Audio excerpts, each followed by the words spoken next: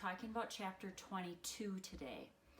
So we're going to take a little bit closer look at exactly what's happening between World War I and between World War II. Last time when we were together, we were talking about a great overview of what we're going to find in 20th century music, and we looked at some of the main trends that were happening. Now let's take a little bit closer look right in between that time frame of World War I and World War II. So in all of the arts we talked about, whether it's literature or painting or music, we're seeing this primary source of energy in a period between World War I and World War II. They are trying to express modern life, what's going on with modern life. The public at large, we talked about, is finding some of these traditions or some of these new styles hard to comprehend because they are very interesting on paper, they're very mathematical, they're very meticulous, they sometimes aren't very pleasing to hear. And so the public at large is finding a lot of these works hard to understand, and we talked about how a lot of these pieces maybe weren't popular concert-wise, but were very popular theory-wise or from a study aspect. Some of these avant-garde works, where we talked about avant-garde meaning pushing the boundaries or radical boundaries, some of these avant-garde works really did take hold and the public did embrace them. A good example of that is the opera Wojciech that we looked at by Berg last time. But most of these works are playing to a smaller audience, a more esoteric audience that is appreciating what they're doing. Some composers really believe strongly in these new trends that they're helping forge through, and they really stay uncompromising to the style they're writing in. Schoenberg would be one of these fellows. He was the one with the serialistic scale that he would use. Americans such as Ives and Varese and several that we're going to look at today never really totally joined that avant-garde movement of pushing the envelope, but yet they are incorporating a lot of new ideas into their works. As we said last time, there are still composers that are very much hanging on to that romantic tradition that's still strong. They keep reminding those traditional forms that have been reliable or popular. What we will find in 20th century music is that is especially true of people that start writing for films.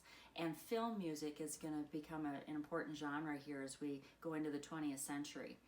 So the composers that we're going to look at today, we're going to look at quite a few Americans, we're going to look at a French gentleman, a Russian, Hungarian. The composers we're looking at today selectively adopt some of these ideas and still keep some traditional forms going on too. So they're mixing a lot of these classical forms. We're going to find with the American composers in particular that we look at that there is a mix of the classical European tradition and the new musical styles of this country with elements of jazz that come into play. Jazz is sometimes called the American classical music. It rose from the African American tradition. It started in New Orleans. That was the center of which it grew out from. Spread to other cities very quickly, and within a few decades it was popular worldwide. And we're going to find that with this first composer that we're going to look at today, whose name is Maurice Ravel. And he's a French gentleman born in the south of France, close to Spain, raised in Paris. His mother was Spanish, so you definitely, I think, hear a Spanish influence to his works. Studied at the Paris Conservatory. He's the most important French composer, I think, that we find after Debussy. He was very anti-German music. He has a very impressionistic sound to his work and to his pieces. He had an ear for different colors and timbres and sounds. That's very impressionistic, like we found with Debussy. He uses very traditional classical forms. He traveled to America in 1928 and just fell in love with the jazz feeling, listened to the sound, went to some clubs in Harlem, did a lot of traveling. And so because he puts our jazz sound into his music, we can call his music exotic, or that he's using exoticism. He has a lot of works that use the sound of not only America, but Spain, Madagascar, Asia, Greece. So definitely exotic composer versus calling him a nationalistic composer. So the piece that you have on canvas for you to listen for today, or to today, is the Concerto in G. It's a piano concerto. It was written in 1931. It's in the style of Mozart, so the form is going to follow that classical tradition that we would expect of 3 movements. That first movement being sonata form, second movement freer, and the third movement being a rondo. It's for piano and quite a small orchestra, smaller than what we've heard in the last few renditions of both symphonies and concertos that we've heard. And it definitely has a tribute to jazz in it. Unlike Gershwin and Copland, where the jazz is very much forefront and you hear it with the melodies and you hear it with the rhythm and especially in the accents, Ravel's a little bit more filtered. It's a little bit more disguised. It's a little bit more delicate. Maybe elegant would be a way to hear it. But he definitely loved jazz before his visit and then really fell in love with it even more when he was in the clubs in Harlem in particular. So theme 1 that we find here in our first movement, which is what you have in your canvas, theme 1 is a long folk-like tune. He has very creative orchestration, again, things we talked about with that impressionistic movement, using different instruments, getting different colors. Listen to some of the different things that you hear in here. There's a percussive whip that's used at the beginning. There's a lot of piccolo in it, so extending the range. Strings are playing pizzicato, which is where they're plucking their strings, a different sound. You've got a high trumpet C. The second theme that the piano comes in with is very much sounding blues-like that jazz idiom. And then instead of going into development, he has a third theme that's almost suggesting more of what you call a romantic pop tune. It has some little riffs, it has some syncopated motives. Resolutions are hard to hear. So it's a free sonata allegro form, so loosening the boundaries, that's typical of what we found in that late Romantic period too. No development, just goes right into that recapitulation. The ending has parallel chords, so I think harmonically you can hear that impressionistic sound. Whereas Debussy's chords maybe were a little bit more vague and atmospheric, I think Ravel's are a little bit more crisp. I do have the whole concerto on here for you to listen to. The first movement is what you're hearing right now, and on page 338 you have a guide to help you with this.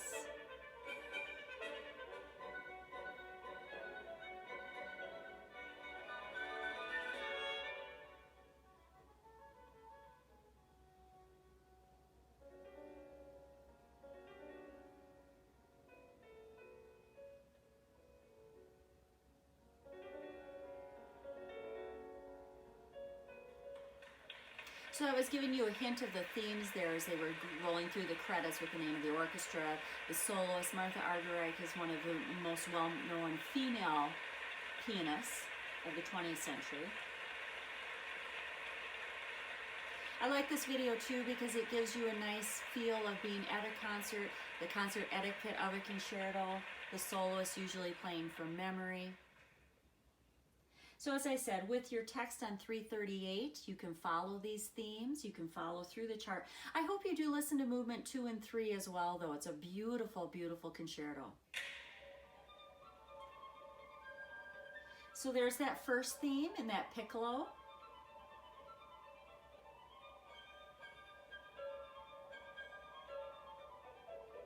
So the piano's playing more of an accompaniment role in this first theme.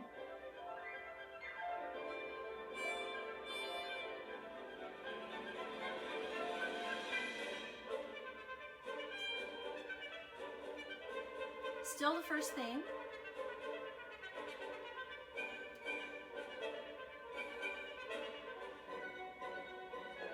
And the second theme then will be taken over by the piano. And this is the one that I think has that blues flavor to it.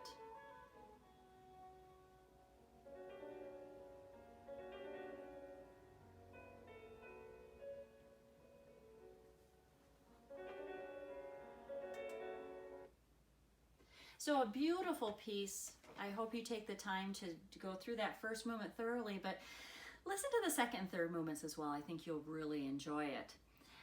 Another gentleman working in this time period here, especially between the two world wars, is Bartók. Bartók is very nationalistic. I think he's probably one of the most successful composers at integrating folk music into classical forms. His father had music as a hobby, was not his profession. His mom was a piano teacher, though, so he did have some learning at home, or some genetic ability there. He ends up being a very well-known composer, conductor, and pianist. He directed the Budapest Academy of Music. He did a lot of large-scale research into folk music of Hungary. Nationalistic, as we said, these composers, especially in the political turmoil that was the beginning of the 20th century, were very interested in preserving their country's heritage, their country's sound. And so he was adamant about collecting all of these folk melodies. Folk melodies can be defined as a piece that no one really knows who wrote it, but yet everybody knows it or sings it. Home on the Range, On Top of Old Smoky. Those would be good examples of maybe American folk melodies. So he traveled around in the Eastern Bloc countries, Hungary, Romania, Slovakia, collected over 6,000 of these melodies, these folk melodies that he would hear at churches, on playgrounds, in schoolyards, grandmothers singing to their babies. And he wrote them down. He did a lot of research on these, and he incorporated most of them into piano pieces.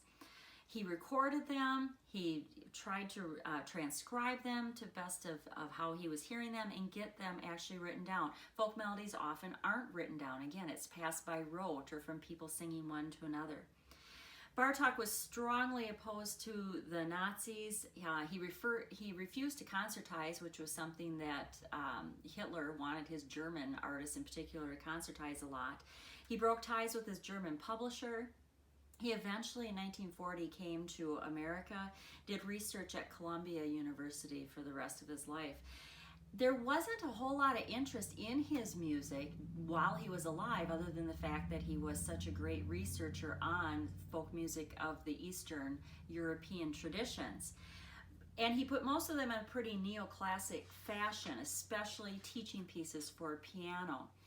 But after his death, I think people became a lot more interested in his music, and now it's very common, whether you're talking about instrumental large genres or miniature genres, it's very common to hear Bartók, to study Bartók as a musician. His main contribution to music was instrumental music. He wrote 3 concertos for the piano. He wrote 1 concerto for violin, 1 for viola. He uses a lot of chromatic lines. Remember, chromatic is when on a piano you're playing every key right in order, white, black, white, black, white, white. A lot of colors, a lot of cluster chords. So a cluster chord would be, instead of spacing it every other key is what the root position of a chord would be, it's playing notes that are right in order. It gives a little bit vaguer harmony. It takes away a little bit from that tonality or where it's leading to. He loved irregular rhythm. I think a lot of that comes from the folk music being very rhythmic or being very dance-like. As I said, wrote a lot of piano music, wrote some string quartets. He did not fully accept Schoenberg's atonality, but his music does have a lot of dissonance in it. He liked to celebrate the inflection of minor, especially in his folk music. He liked the idea of tonal organization. I think you'll find his music has kind of an earthy feel to it, definitely has a dance swing or dance feel to it. He used classical forms, sonata form, rondo form, looser boundaries, just like we saw with Ravel though. The piece that you have to explore on canvas and that's in your text is called Music for Strings, Percussion, and Celeste. It was written in 1936. It's a 4-movement small chamber orchestra piece. So it's loosely an informal symphony in the fact that it has 4 movements. It's following the movement form that we're used to and the tempos that it's used to. What's unusual about it, again, these composers in the 20th century are trying to find ways to be different and unusual. What's unusual is the orchestration. There's no woodwinds in it, there's no brass in it. It's simply for strings, timpani, harp, cymbals, and this celesta, which is a type of keyboard metal instrument, and xylophone. The strings, you'll notice, sometimes are bowing with the wood side, instead of the hair side of their bow, getting a little bit different sound. He likes to use glissandos, which is going through up and through a scale very quickly. The movement that you have in your book, there's a nice biography on 340, and on 341 it tells you about this piece in particular.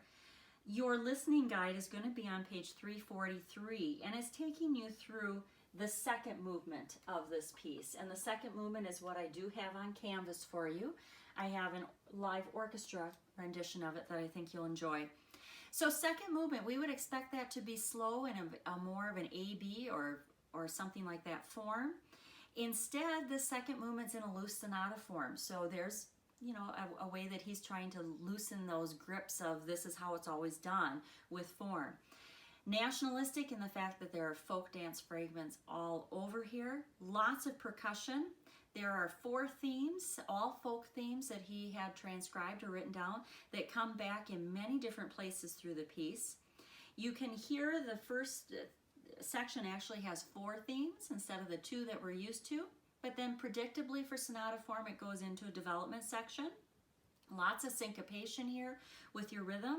You have a fugue section in this. So remember, fugue is where the instruments are coming in one by one, all stating that subject or that exact same melody, and then it goes into a recapitulation. You hear it switching between duple and triple meter. So we would say that it is polyrhythmic, or you could say it has polymeter, meaning that it's changing back and forth between the 2 of them.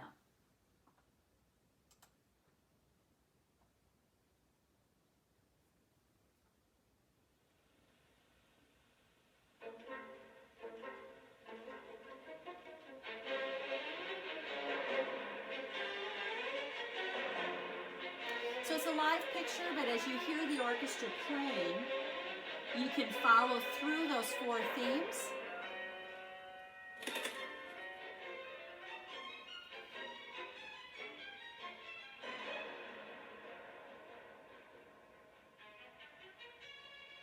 Definitely hear the syncopation, hear the dance-like or folk quality of this.